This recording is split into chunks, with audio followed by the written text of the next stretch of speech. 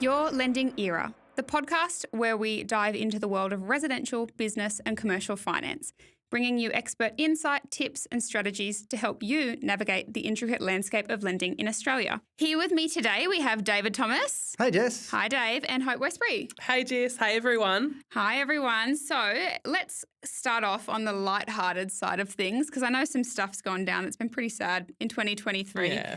But let's chat all things positive, and we'll kick it off with Taylor Swift. Tay. So I cannot believe, as a 45-year-old man, that I spent so much of my life trying to get Taylor Swift tickets this year. But obviously with a daughter and a wife that wanted to attend, you didn't really have a choice. It was non-negotiable, It was wasn't it? non-negotiable, and it took days to accomplish. Was the mission- VIP ticket status non-negotiable, though? No, that was a case all of that was available. just get whatever you can get your hands on Yeah. at whatever cost, and that's how Tay fans are. They you're just, a good man, Dave. They just need it done. So mission accomplished. We did finally end up with Taylor Swift tickets. Oh, But let's tick. just picture this in our office. This was kind of a 3-day battle, I'll Event. say. Yeah. So David has two computers. I have 2 computers as well. I was acting not interested in the whole thing because Dave was like a headless chicken. Like, I've never seen him that stressed, and he's bought property while we've been together, but this was his limit. He's got Ticketek on both screens. I've got Ticketek on both screens. I have never seen David look at my computer more. Like, he was just anything at all, nothing. And then day 2, Melbourne, nothing. Brisbane, nothing. Sydney, nothing. And then funnily enough, after a week of stress, it was one of our colleagues, Carrie, knew someone who was selling tickets. And we managed to pick them up. Yeah, and it's like we didn't even need to do any of the 72 hours worth of work that we did before that. Like, we could have just Always almost the way. led. We should have just asked around first, but instead we traumatised ourselves in the office. So we got there in the end. Yeah, We main got thing. there in the end. And one of the, I think the highlights for me this year was the announcing of the NRL, the National Rugby League. They're heading over to Las Vegas next year, aren't they? How good's this? They're making it a spectacle, right? And I think it's great because I've had a chat to a couple of clients this week who are going over, and these are people that have never been to the US, Yeah. and they're making a trip because they just love their rugby league. Yeah, so that's cool. Yeah. It is. And they're making it into an event. They're going over, yes, for the football and yes, for the dinners and all the rest of it. But they're also, spending some time in LA and doing a little road trip. And yeah, I think it's great. Yeah. And I mean, the profit that the NRL is going to be able to pull from such an event, because I think it's Magic Round that they're taking over there. So it's not all of the teams, but a large network of the profit in NRL has come from our across the pond viewers. And I think that happened throughout COVID. Would you agree?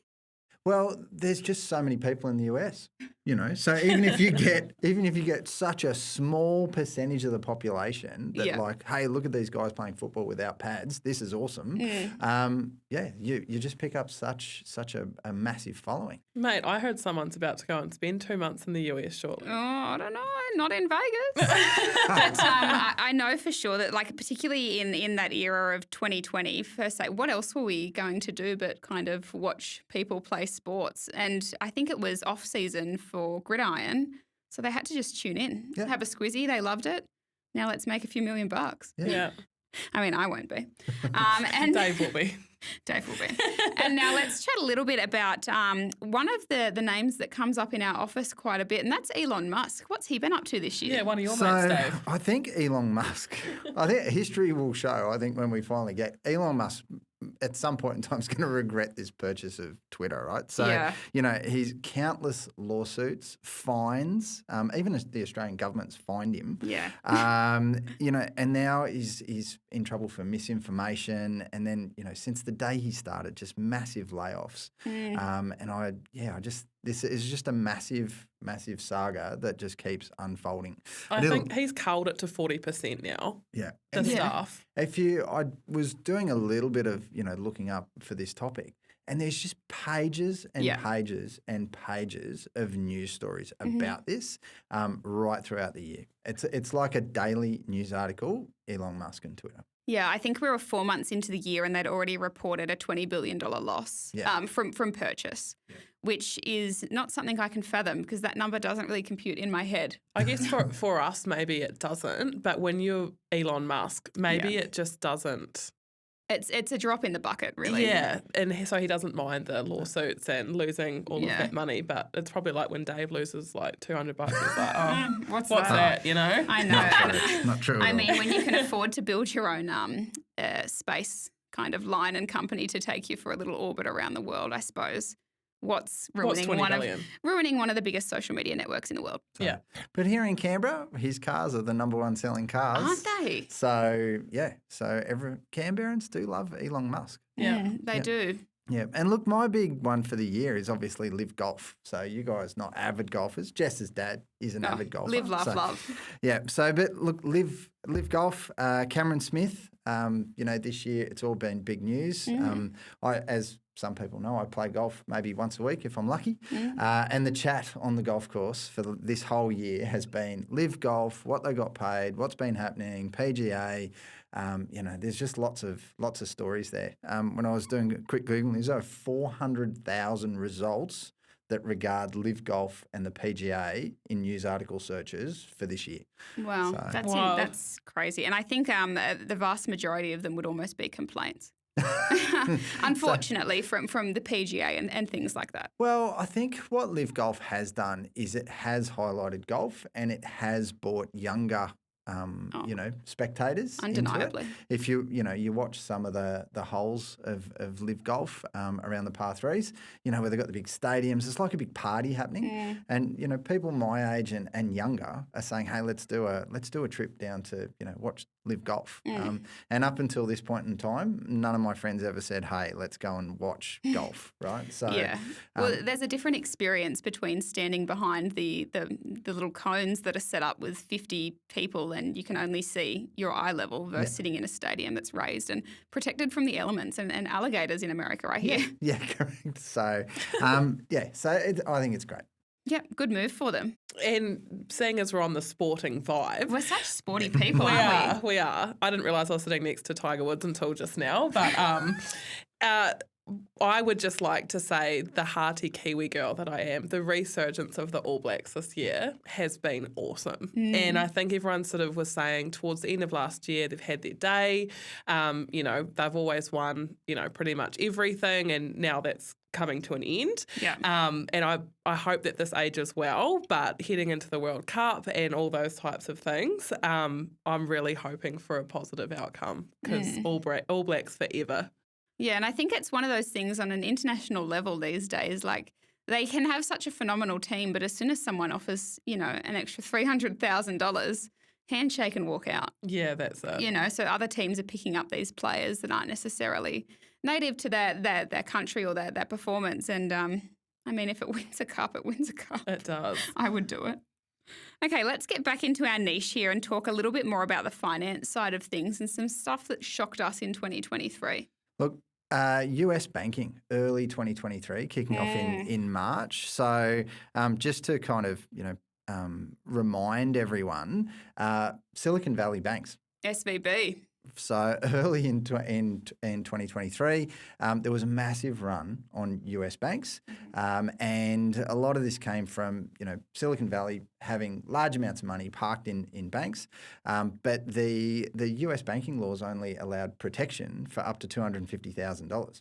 So if you've got a bank that's starting to falter, well, what do? You rip your cash out of it because only if you've got a couple of million in there, and only 250 is protected. Well, off you go. So that then, just really started a chain reaction through quite a few banks. And, thankfully, US stepped in pretty quick and put some measures in place. But it really was, banking shockwaves earlier in the year. And all things were pointing towards kind of 2008. It was you could kind of smell the same thing happening. But again, thankfully, the Treasury over there just got involved before it got to that point. Super fast. Yeah. The writing was on the wall and they could read it this time. Yeah. So it was time. Actually quite a good result. Thanks to intervention. Yeah, absolutely. And anything else that's happened? I know offshore a lot's happened, but let's get back onshore a little bit. Onshore, I think the topic of conversation that everybody still talks about to this day is the fact that we had 13 rate rises in 15 months. So from May 2020 to now, there was 13 rate rises in that time. So that obviously significantly affected most households in Australia that had some type of mortgage. Yeah. And the cash rate has held for the last couple of months, which is great. It's given people a little bit of a breath of fresh air, and we're hoping that that continues and then eventually starts to come back and relieve some of that mortgage stress. But yeah, that has been a massive topic of conversation that I have with every single one of my clients that I see on a daily basis. Yeah, and we talk about it in the office. I know the first Tuesday of every month, everyone's on news.com or the RBA website just refreshing. And as soon as we started to hear that, things were holding, it was just a sigh of relief. Yeah, it really was. Because at the start of the year when it was just consistent, we were pretty much, we knew what was going to happen to the point where our social media stuff was already planned. So yeah, it's been a rise. What a shame, because there was just no indication from Dr. Lowe that it wasn't going to happen. It was get ready, hold on, because this is not going to be a pretty start of the year. And I've had thousands of conversations with people this year about this. Yeah. As I'm out and about, kind of networking or, even doing things, I'm at the gym or I'm, involved with the rugby club that I'm involved with or, just, hanging out with friends or family because of, my role and what I do, they all want to know, hey, do you know any more about this? What have you read? You know? What's going to happen with rates? What's going to happen with rates? Like just thousands of conversations that I've had with various people about, rates and what was to be expected and what they'd read and what had I read and, what were the RBA saying and what were the bank's economists saying? And, so there was just quite a bit of angst around, where's it going to stop and how many is it going to be and, how much is the next one going to be and when will they come down is the current kind of conversations. But yeah, it's been pretty heavy this year. And rightly so. The angst has taken people, they're used to paying 2% and then they went up to 6%. And so that is angst because that severely changes the cash flow within any household. Absolutely. And I think the hard thing was trying to get ahead of it, because I know that I listened to quite a few economist talks and things like that, and there was very rarely an occasion when two would agree. Like someone would have one idea and you'd say, yes, that makes sense, and you'd listen to another and be like, this is bad, but it makes sense, and then another. And no one was really coming to a massive kind of path that was somewhat followable. It just wasn't making sense as to what the path forward was going to be. Yeah, there was no kind of general consensus. No. Yeah, as far as where it would be. And all the bank's economists had, a different viewpoint, and they all had, large amounts of statistical data that was helping them guide their, their decisions and their forecasts. But yeah, nothing matched. Because nothing like this has happened before.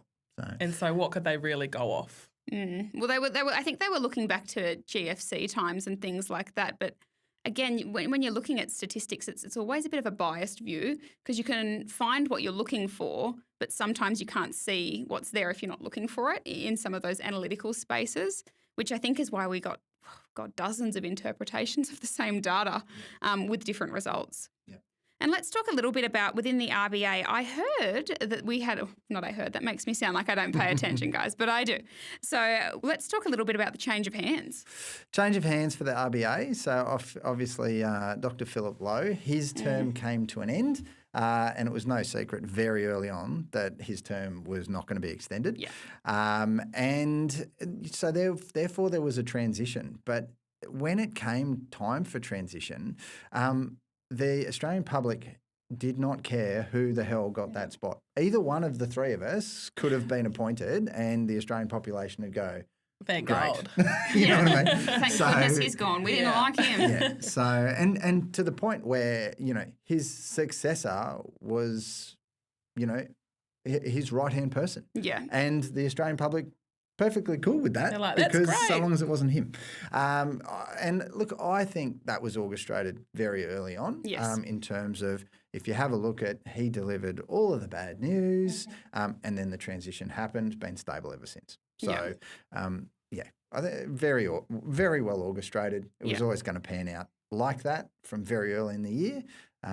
And it was unfortunately just part of his employment contract towards the end, wasn't it? Yeah. The agreement was he wasn't going to make another term, so just wear this one for the team. Yeah, I think the only person exited more swiftly than him was probably Alan Joyce, this year.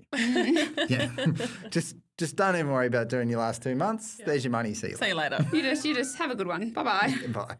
And let's talk a little bit, so Hope, you did mention earlier the 2% to 4%. Let's talk a little bit about that cliff term. Yeah. So for anyone listening, when we use the term rate cliff, essentially what that is someone on a really low fixed rate that is coming to an end. So you probably fixed maybe just pre-COVID or during COVID on roughly 2%, and now you're staring down the barrel of jumping up to 6% to sort of 6.5%. CoreLogic said that at the moment, so as of now, there's about 1.3 million borrowers on the precipice of this. Yeah. That's a lot. Well, we had actually Commonwealth Bank come to the office the other day and share some statistics with us. And Commonwealth Bank, for basically this spring, has had 275,000 clients a month go from fixed to variable. Yeah. Right? So if you think about that from a logistical point of view, from a bank, you've got 275,000 people a month who want to talk to you about, what's going to happen with their rate, and then, is it competitive and is it a discount and blah, blah, blah. And considering most clients really nervous about this, they weren't waiting until the month that it was due. No, not at all. So CBA was talking to clients that were 3 months away, 2 months away, 1 month away. So they're talking to up to 1 million people about their loans and what's happening there. Yeah. And on the back of those people, because I know it would be quite a shock to come off a fixed to a variable. Unfortunately, my fixed rate ended at the start of all the rate rises, so I just didn't even care. I've been a part of this. I've been a part of it the whole time. But in my thing, if you always paid 10% above the minimum, you shouldn't be too shocked. But I know a lot of people aren't that organised. So let's talk a little bit about how these mortgage rate increases then impacted inflation. So what we've seen throughout the year, so if you remember very early in the year or even December last year, the inflation rate was 8, right? Yes. And then as these measures have taken place, we've slowly seen that number come down month after month, quarter after quarter. And then the last statistic was high 5s, right? Yeah. So it definitely has made that shift. And, as that comes down, and what the idea with inflation is, the RBA is always trying to get inflation between 2 and 3, right? And if you've got it between 2 and 3, you can put the RBA rate slightly above the inflation rate. Yes. And if you can visualize that, it just keeps a lid on it. Okay. So at the moment, you got 4.1 versus 5. Right, so it's not quite where we need it to be, but what we need it to do is we need inflation just to keep falling and get into the late 3s, and then the RBA rate can start to follow down the inflation rate. And it has been falling the last couple of months. The reports are all showing that it's doing the right things. And that is, as more people come off fixed rate, that tightens cash flow. Yeah. Tightening cash flow tightens spending. Yeah. Spending, therefore. Less money in the economy to be spent, that's what holds back inflation. And that's the hard thing. At the start of this year when, rates were rising, inflation was still quite high. Yeah. The people who weren't on those fixed rates had to try and adapt to some of these measures early on. But unfortunately, the majority of lenders having that fixed rate, it was almost like the variable people just had to suffer in silence for a while until these fixed rates ended, because the bulk of the work is there. Yes. Yeah. It's in that sector of clients. Yeah. And I think, as we currently sit here and reflect on it, I think we are looking for the term soft landing when it comes to inflation, because it's just been a general roll-off. And, although we feel bad that our rate is, RBA rate, in the low 4s, many other parts of the world it's 5.5 and or more. So I think, the RBA has done their bit to engineer a soft landing. I think it could have actually been a lot worse. Oh, it could have been that. It could have absolutely. been a lot more chaotic than it has been. Yeah. And I know one thing that we're seeing quite a bit, we talk about it a lot, is living expenses and things like that, because it's something that we do have to review for every client. And now inflation has definitely caused a lot of our clients to potentially spend more, but not necessarily understand that they're spending more because they're not making a sacrifice like potentially the RBA wants them to and cut things back. And with that in mind, I know that there's been a lot of large corporations in Australia recording record profits still despite a looming inflation crisis. So, and we talked about this yesterday, supermarkets, Coles and Woolworths, they've done really, really well. Yeah. And that's because I don't think the Australian consumer can can A, stop doing business with them, Yes. but B, can determine how much of it is markup and how much of it is genuine inflation of that product. Yeah. Because if it was a genuine inflation issue, you would expect to see shareholders with their hands in the air because profits are going backwards. Yep. But to have a record profit trading year is a bit, pass it on, please. Yeah, a bit questionable. Yeah, it does Well, make it a bit weird, doesn't it? Lucky for them, everyone needs to keep eating. Yeah. So, like, that's the there's thing. no choice really, is there? It's just 2-minute noodles or rump steak, you know. You've got to make the option.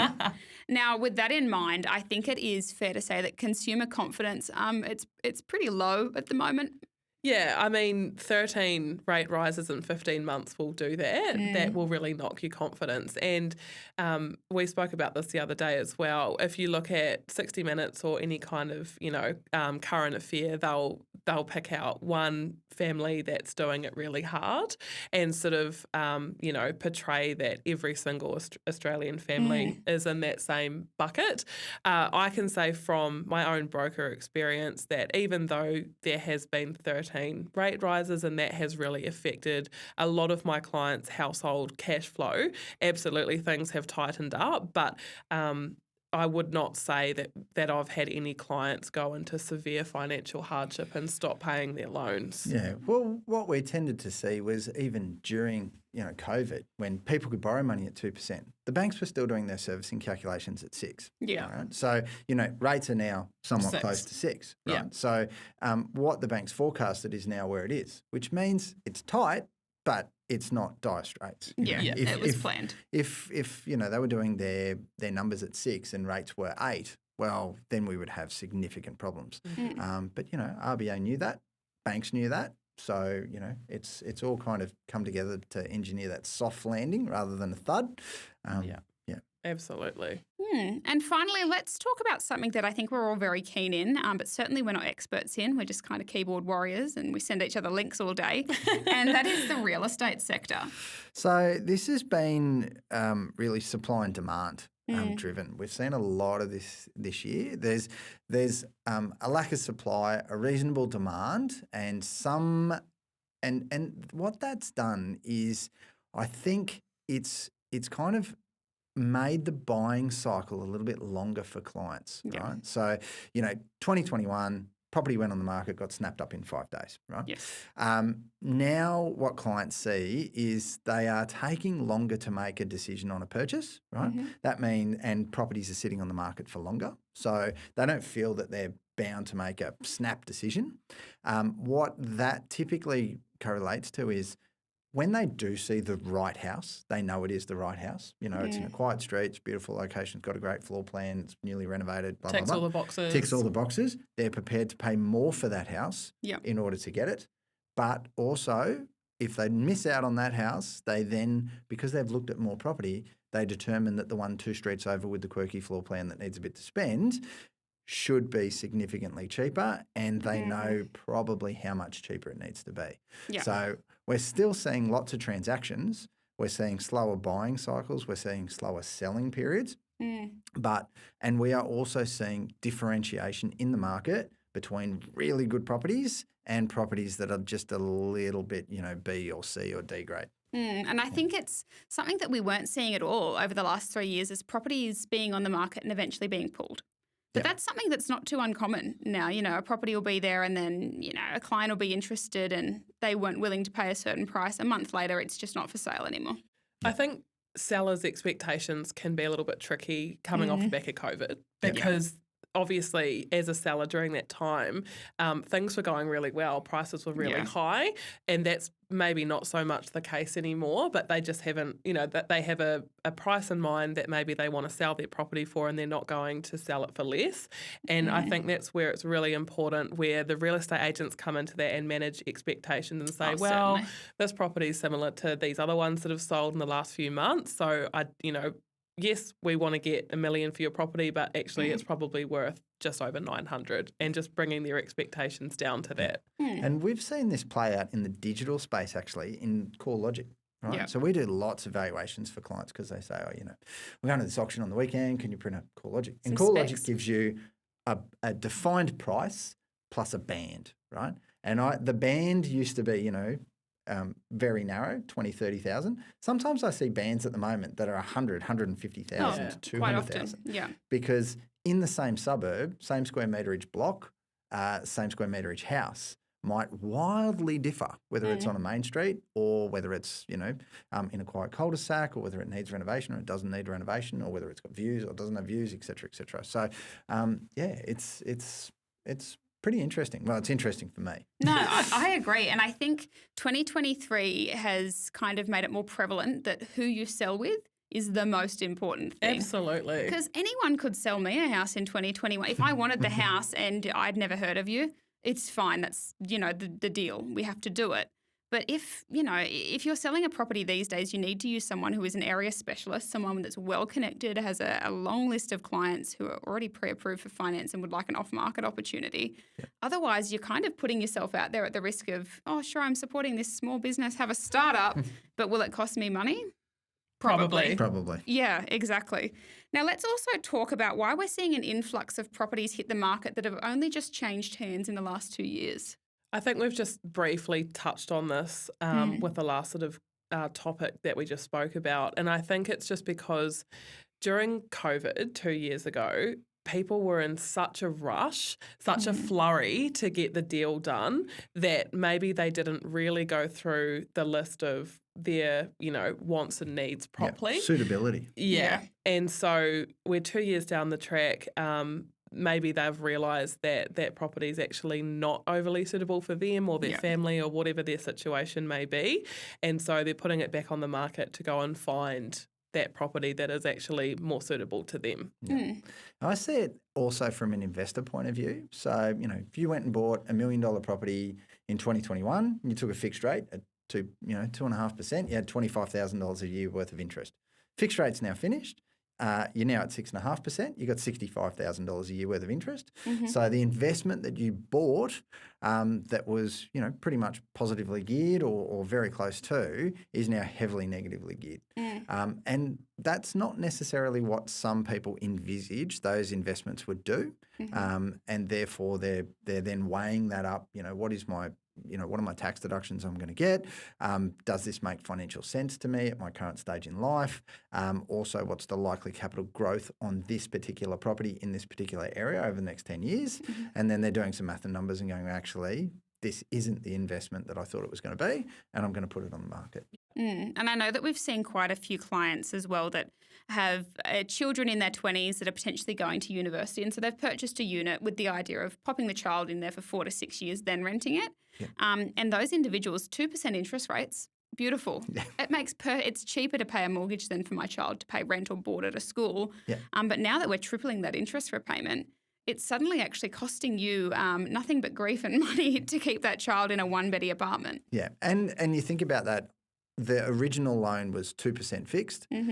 A reasonable rental return in that area might be 3 or 4%. Yeah. And then the rate is now 6. Yeah. So if you sell the property, they can go and rent somewhere cheaper than your interest payments are. Yeah. And not to mention body corporate, insurances. Which all add up blah, blah, so blah. quickly these days, don't they? Yeah. And as an investor, that kind of math just isn't mathing. No. Like, it's not lucrative. No. And this is, again, where David always says get some advice. Those kind of things are where you really do need to be speaking to a financial planner and an accountant and a group of people because I know it might be well and good and you've got only good intentions by doing things like that, but your good intentions may be sacrificing your ability to succeed in itself. And let's talk a little bit as well about the building companies and we see them collapsing almost every other day on a current affair and someone's chasing a builder down the street in their van. So what has that done to the market? Look, what it's done to the market is, number one, it's more costly to build than it used to be. And number two, there is caution around building. So, years ago, a client would contact us and say, hey, I'm going to use XYZ Joe Bloggs building. And never a thought was given to the liquidity of the builder, never a thought was given to the timeframes of the builder, and never a thought was given to if the builder's actually going to be able to complete the project, right? Now, those things are forefront of every client's mind that goes into building. Yeah.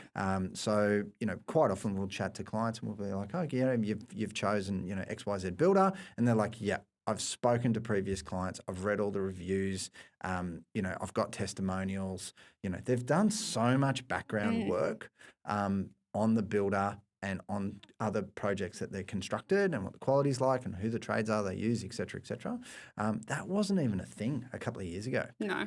But it certainly is now. And isn't that unfortunate? It is unfortunate. That it's come to that now. Yeah. And it really, it's one of the things that's taken the shine off building. The other is just the cost. Yeah. So, back, when I first started doing this, you would build a house because if you built a house, you would be able to build that house for cheaper than its replacement value, right? So as soon as you built something, you made some money. Nowadays, if you built a 4-bedroom home or you looked at 4-bedroom homes on the market, the new 4-bedroom home is more expensive than the existing 4-bedroom home. Yeah. So, and obviously take area and geography into play with that comment, but it's not this, profit-making machine for investors that it used to be. Yeah.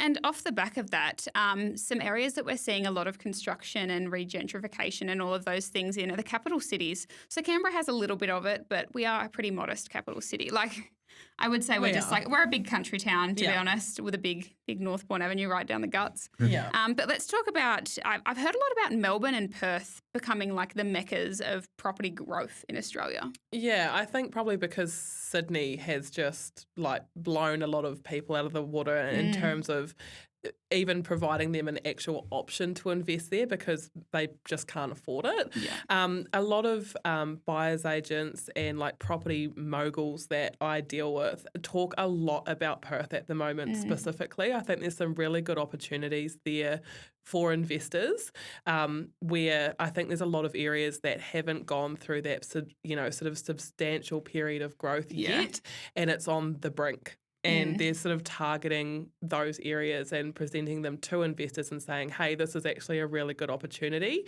And the ones that I've seen, I think they are, especially if you can't afford Sydney, then places like Perth and Melbourne, I think are really good options. Yeah, and it's not to take away from, because Sydney's had its time to shine for 50 years. Sydney is they've done shining remarkably well. It's just about these other centres that are just coming up from almost seemingly nowhere. Like Perth to me, I'm like, that's the bush, that's the middle of nowhere. It's a long flight, that's for sure. It's 6 hours, isn't it?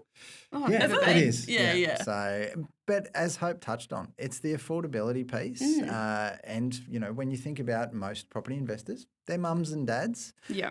And what they're looking for is they're looking for a reasonably priced property that has a reasonable rental return that doesn't have a whole heap of, money going out in taxes.